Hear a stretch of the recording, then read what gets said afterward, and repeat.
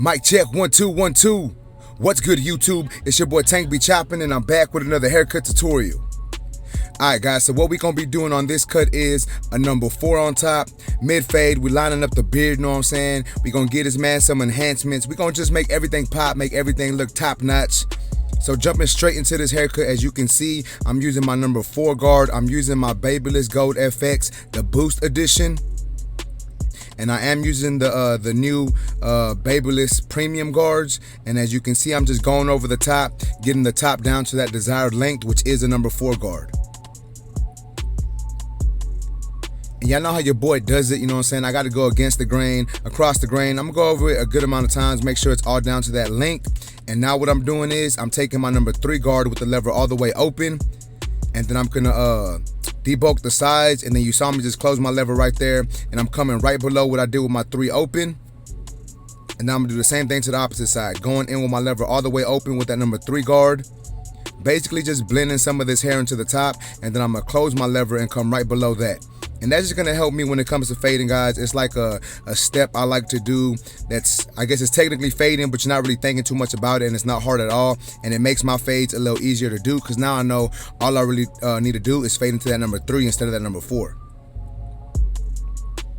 And then as y'all see here, I'm doing it in the back also. Started off with my 3 guard lever open, and then I'm coming right below that with my 3 closed. Alright, now I'm taking my trimmers. These are the Babyliss FX Boost, the Gold Edition also, or the Babyliss FX Gold Edition, or the Gold FX, I forget what it's called, man, but it's the Boost, the Gold FX, you know what I'm saying? There you go. And as you can see, I'm just setting in my guideline. Left a little bit of hair for the C-cup, coming all the way back, dropping it down in the back slightly, because that's what I like to do. I like my face to have that, you know, that little bit of drop in the back. And now I'm just getting all this on the sides down to skin, well, as close to skin as possible without using the shaver. And then I'm gonna go in with my Babyliss Custom FX shaver, and I'm gonna knock all that down to skin. And remember, guys, excuse me. Remember, guys, the closer we get to that line, you want to make sure you're using a flick out motion and not putting too much pressure on the head. The more pressure you put on the head, it's gonna get it down shorter, and it's gonna make it harder to get that line out. So the closer we get to that initial bald guideline, you want to make sure you're relieving some pressure and using a slight flick out motion. So now we're going into some actual fade work. I'm using my Babyliss clippers again, lever all the way open. And as you can see, I'm setting in my next guideline, and I'm gonna do this guideline all around the head. I know I normally like to do one side at a time, but I've been doing my first guideline all around the head just to help me keep my fades consistent on both sides of the cut. And as you can see, I am using a slight flick out motion. Nothing too crazy, but just enough to where it's gonna help me fade into my next number. So this is my number 1 guard lever open, and I'm coming up about 3/4 of an inch, half an inch, 3/4 of an inch. Same thing, guys, using a slight flick out motion towards the top of where I want this guideline to be at.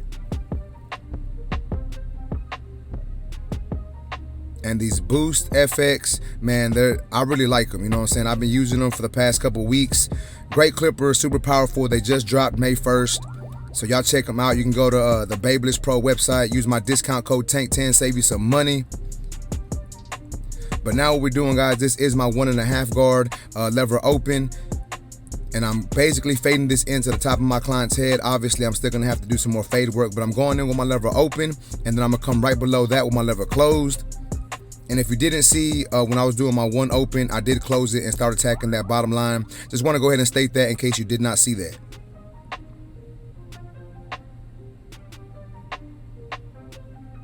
So here is my number 2 guard, and what we're gonna do is we're gonna try to get rid of this last dark line that you see, these last discrepancies that you see in the cut. I may need to go back in and detail it some more, but as you saw me do there, I started off with my lever open, started getting rid of some of them dark areas, and then I closed my lever, and now I'm coming right below that. And as you can see, I am using some lever play, using some corner blending, really just trying to get this fade to come together without having to bring the fade any higher.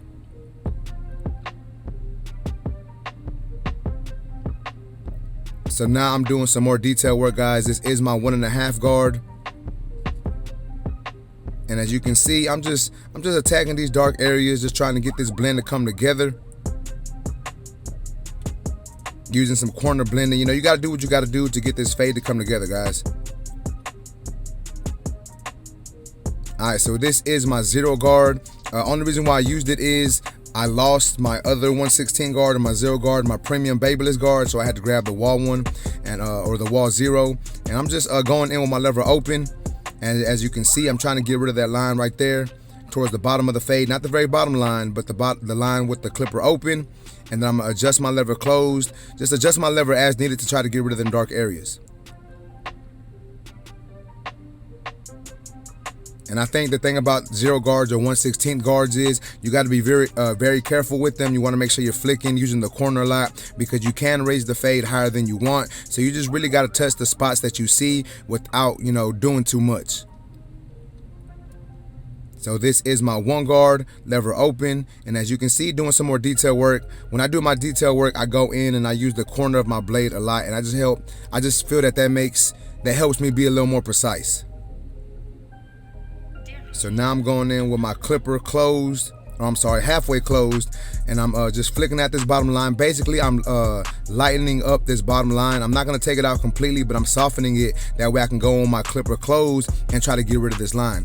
And I know this may not get this line out completely, and that's perfectly fine, guys. I know if it doesn't get it out completely, I can always go back in with my trimmer and just flick at that line to make sure I get that line completely erased.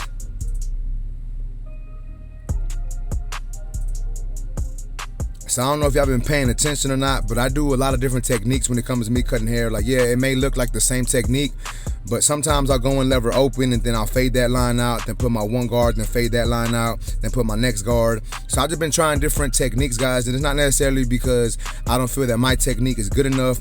I'm just trying to find something that works different that I can do. And another reason why I do that, guys, is y'all gotta understand, I've been cutting hair for like 15 years.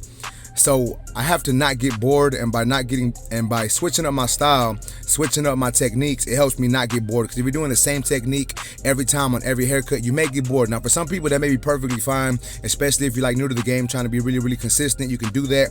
But me, I've been doing this for so long, I try to switch things up a little bit, just like I said, just so I don't get bored and keep things interesting for me. And that's another reason why I happen to buy a lot of tools, is I get bored using the same tools a lot, so I gotta switch things up. But nonetheless, guys, here we are going in with the Babyliss FX Boost Trimmer. And as you can see, I'm flicking at that line, just trying to erase this bottom line. That way this blend looks better. And once I get this line out, this blend is gonna be almost completely done. However, y'all know how your boy does it. I'm gonna line up my client, and then I'm gonna go ahead and go back in and detail some more, because I saw some discrepancies in there that I wanted to make sure I took care of. That way my client could have the best fade possible, at least in my eyes. And that's where a lot of my time takes place, guys, is my detail work. Like my steps, I do pretty quickly, but I go back in and I detail a lot just to get that nice airbrushed effect. So here we are lining up my client, once again using my Babyliss trimmers, starting off in the middle of my client's forehead, setting in my first initial line, and then I'm working my way over little by little.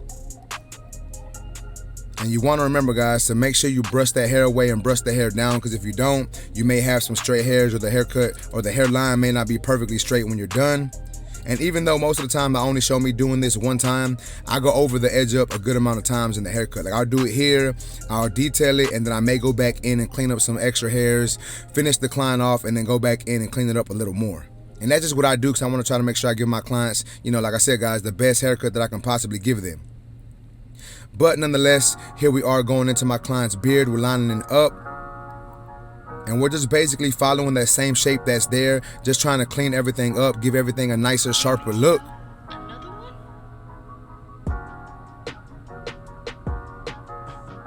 And you want to make sure you're just barely tapping at that beard. I'm not trying to take off, give him a brand new hairline or beard line. I'm just really just tapping at it, just trying to make it as clean as I can get it without having to take off too much.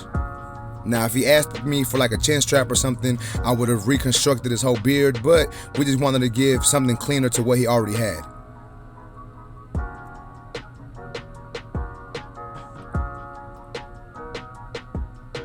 All right, so now we're gonna fade in the beard. And to fade in the beard, guys, I do the same exact thing that I do when I fade. Only difference is I'm working downward.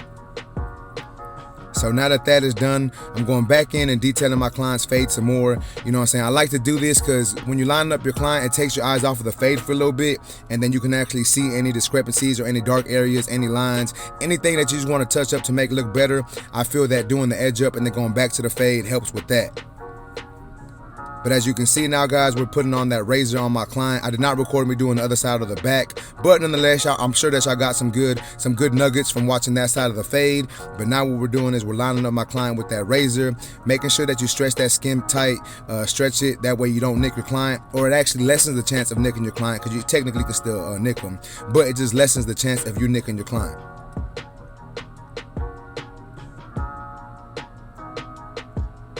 And then we're gonna do the same thing to the other side. Line him up, stretch that skin tight. That way it lessens the chance of you nicking your client. Try to make these lines super sharp. And then y'all know your boy's gonna go in with them enhancements after this, just to make these lines sharper. You know what I'm saying? Like, you don't have to do it. He doesn't necessarily need enhancements, but I like to do it on him because it just makes the beard look a lot better, makes his haircut look a lot better. And that's just my opinion. I know some people don't like them. They talk down on enhancements. You do what you do for your clients. Let me do what I do for my clients.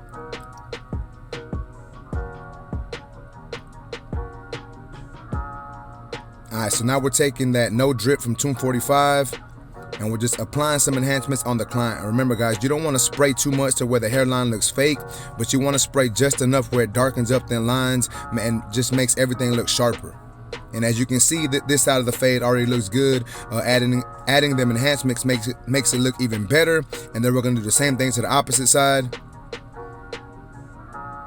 And I always just give a couple sprays and then I move that card out the way so I can see exactly how it's looking.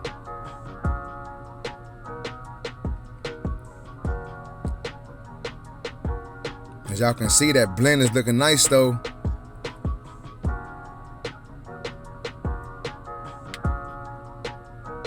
Alright, so now we're gonna double up on these enhancements. I did just put some hairspray on my client and now I'm going in with some hair fibers.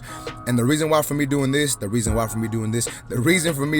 is I just think it helps make the no drip look a little more natural. Like, yes, this is a different type of enhancement and he doesn't need it once again, but I just think it makes it look a little more sharper. So then I put that in, add some hairspray, and then reline him up to get any loose hairs or any of those hair fibers that happen to get on his forehead. But y'all check that blend out.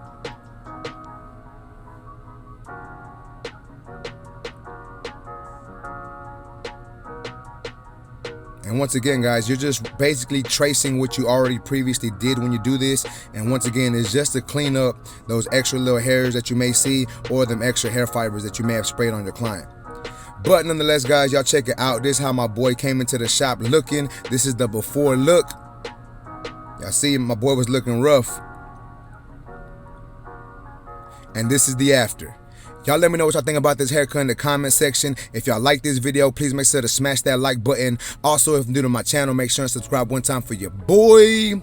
Remember, guys, if you want to book a haircut for YouTube or just book a haircut in general, you can go to my website, tankbechopping.com. If you want it to be for YouTube, make sure to put in the comment section that you want it to be for YouTube.